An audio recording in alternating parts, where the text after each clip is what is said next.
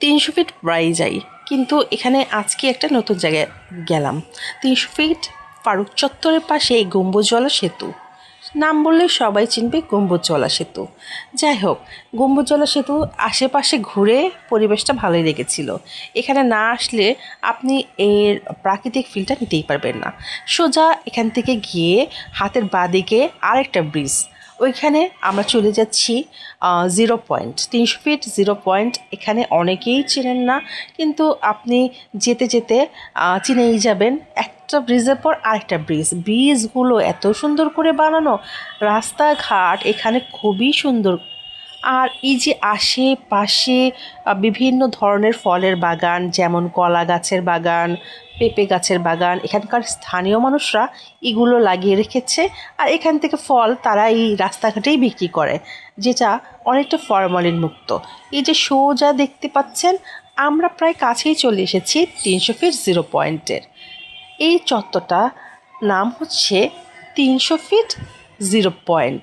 এই 0 পয়েন্টের হাতের ডান দিকে গেলেই হচ্ছে ভাইরাল সেই মদিনা রেস্টুরেন্ট। আমরা মদিনা রেস্টুরেন্টে চলে এসেছি, আর এটার ভিউটা অসাধারণ। সোজা গেলেই নদী দেখা যায়, কিন্তু এত লোকজন ভিডিও করার যাচ্ছিল না। এই যে সোজা গেলে এই নদী বা খাল কি জানি না, অ্যাকচুয়ালি মনে হয় কোনো ঝিল।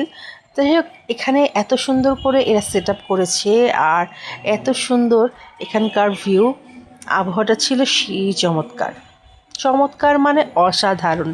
আপনি এখানে খাবেন আর প্রাকৃতিক পরিবেশ বসে বসে এনজয় করবেন।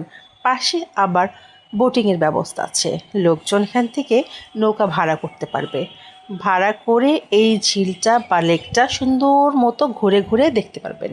আপনার যদি যান্ত্রিক পরিবেশ ভালো না লাগে, একদিন এখানে এসে সারাদিন কাটিয়ে নিতে পারেন, যান্ত্রিক পরিবেশ মুক্ত।